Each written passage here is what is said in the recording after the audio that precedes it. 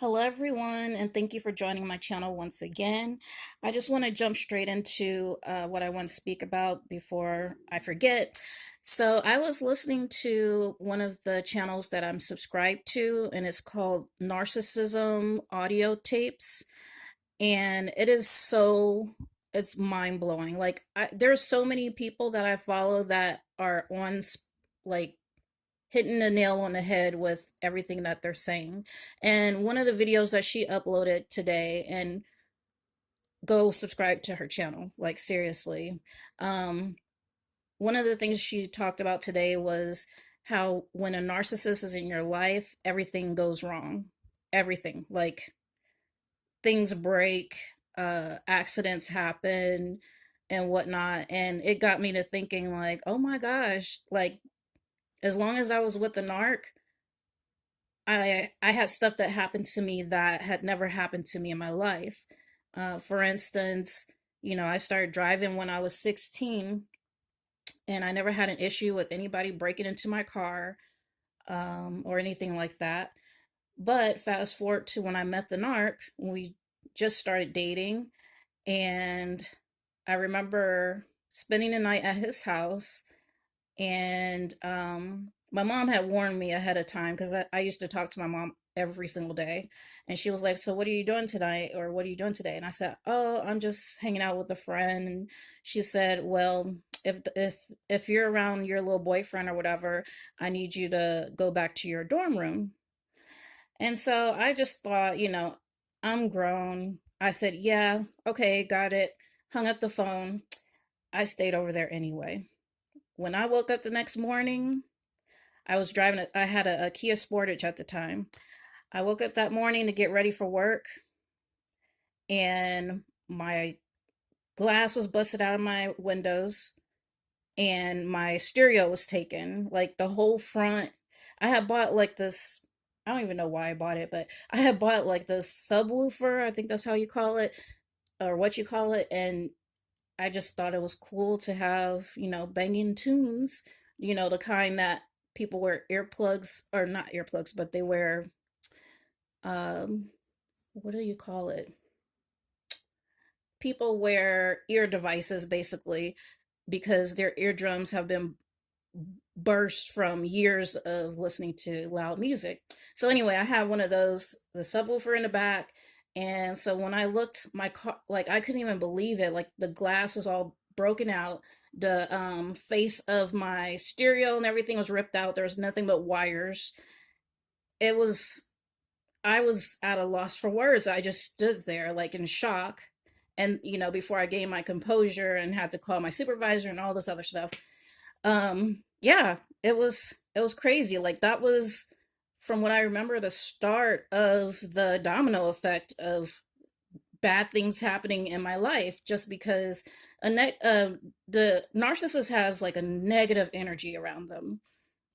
They're demonic.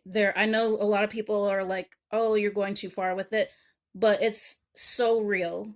And you'll just notice if you are around a narcissist, a known narcissist, an actual narcissist, things will not go right in your life. Financially, spiritually, physically, everything will be, it's like a gray cloud has started hovering over you, and it will not let you go. It won't let you be until you remove yourself from that person. No more talking to them, no more hanging out with them, no more calling them, nothing. You have to eradicate this person out of your life as much as you can. I mean, if you're single and you don't have any kids, great. You can do this, no problem. But if you have children, only speak to the narc when you have to, and keep it extremely short, and keep it strictly about the children. Don't ever let the narc get you into a full blown conversation to find out what you've been up to, and all that stuff. No. If it goes off into another subject or something, cut it off, regroup, let them know that this is not about the kids. I'm about to hang up the phone, and follow through with it, because I'm telling you, these creatures, they are not anything to mess with. This is like definitely a form of Satan coming in the form of an angelic light, and it's real. Um, and so the next thing that comes to mind as far as what happened to me that never happened to me before, was I had married him by this time, and we had our son, and we went to the Narc's home in his hometown in Georgia, and it wasn't my first time staying there, but this time I went when we had our son, and well, first off, I want to back up. When my son was an infant, we went to visit, I think like two times. And every time we visited with our son, he always broke out in like these red hives, like all over his back. And he would not go to sleep. He refused to go to sleep. And, you know, I just thought maybe he was just being fussy or whatever. But it started to become a pattern because, a few years later or so, we would bring him back to visit, his grandparents. And the same thing would happen. He would just have this crazy reaction, or, like, I don't know if they're welts or it was like red bumps just all on his back and whatnot. And as soon as we would leave the house, the ex-narc's parents' house, it would just start clearing up. It would just start clearing up, as long as we stayed away from his grandparents' home. And so we just thought, oh, well, maybe he's just having a allergic reaction to the dogs because she had a couple of dogs there. And honestly, no, I, thinking about it now, like, no, that place had evil spirits in that home. And I'll fast forward again where I was getting ready to move to Italy, and my son was a little older. And by this time, we realized that we couldn't stay for long. Like, we couldn't just stay there because we thought he had an allergic reaction to the dogs, but it was something quite more sinister. Um, so we just started visiting, and we got a hotel or whatever. And all of a sudden, I I was struck. I seriously, I'm not lying, you guys. I was struck with depression, like a heavy depression, like all of a sudden. Like, I don't even know where I was. I think I was in the ex-narc's room or something. And it was nighttime, and I remember just walking slowly into the dining room, and I pulled out one of the chairs. I sat down, and I started slowly putting my head towards the table to put my head on the table. And I had never felt this way ever in my life. And I just whoever was around, I couldn't even hardly speak, but I was just like, I need to go to the hospital. I need to go now. And it wasn't like I was suicidal or anything. It's kind of hard to explain. It was just like, I just felt like this increasing feeling of like devastation and gloom or whatnot. And so the ex-narc ends up taking me to the hospital, and they basically waved it off as, um that I weaned I'm sorry, I was breastfeeding my son, and they said it was basically me doing the whole cold turkey with stop breastfeeding him all of a sudden. So they just said, you can't just stop breastfeeding a baby right off. You can't just do cold turkey because it'll throw your hormones off and blah blah blah, which is true in a sense. But the way I was feeling, I should have not have ever felt like that from just, quitting breastfeeding with my son. So, um, yeah, doctors and stuff, like, most times they can't even explain what's going on with your body. I mean, you'll come down with illnesses. I mean, everything. It's crazy. So, and I've never taken antidepressant medicine or medications or medication for anxiety or anything like that until I met him.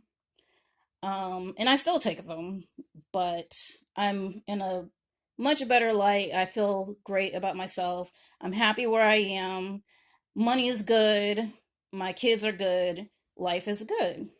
Um, and since I've cut all the narcs that I know that are in my life out, it's just been the sky's the limit with everything great happening in my life. My children and I are heading on a Disney cruise that's already booked and paid for, and we're leaving mid November. We're all super excited about that. I never thought I would be in a position to take my kids on a Disney cruise because it's expensive as heck. But, you know, like I said, doors have been opening. I'm retired now. I don't have to worry about anything. Life's grand. So yeah, and just listen if you and take heed to the warning. If you know you're around or dealing with a narcissist, try to cut them out of your life. Not try, cut them out of your life because it's not going to be good for you. And one more thing I want to jump on was when the ex-narc was calling himself having a girlfriend shortly after we divorced. I think this was like number 3 or 4 after we divorced. But anyway, he decided to take her and her child to a birthday party thing that he had set up for our twins. And mind you, he's never gone out his way to do a birthday party for any of our kids. And only reason he did it was because he had a future prospect that he wanted to entertain, and you know, he was trying to show her, like, look what I can do for my kids. I can do this for you and your kid and more. So anyway, they went to like some kind of pool, indoor pool location where they celebrated my girl's birthday. I wasn't there, but my kids told me about it. And anyway, her daughter, the ex-narc's girlfriend or whatever, had a little daughter. I think she was like 3. My girl said that, well, my daughter Mia, she's like Miss World Herald. But anyway, she was like, "Oh my gosh, mom, her daughter almost drowned in the pool." And I was like, "What?" And she was like, "Yeah." She was like, "Dad was over, I don't know, minding his business or looking at his phone, and his girlfriend was doing something with the cake or whatever, and nobody was paying attention to the little girl, and she fell off into the pool." And she was like, "Yeah, mommy, she almost drowned." And she was like, "Daddy ran over and was able to get her out in time." But I was just like shaking my head like, "Oh my gosh, it's real, y'all." So anyway, I wanted to just do that real quick. Sorry if I'm just like rambling really fast, because I was like, "Oh my gosh, I need to really get this out here because it's really on my heart to do it, and I know I've been gone for a minute." But yes, thank you all for listening, and thank you for subscribing. All of my new subscribers, thank you so much for hitting that subscribe button. Please like and share, comment. I love when you all comment, and just let me know if if you've experienced anything like this, like a domino effect of just bad karma, you know. And also my old subscribers, thank you for being there from day one and still hanging in there, and being patient with me. So until we meet again, I'll see y'all in the next video.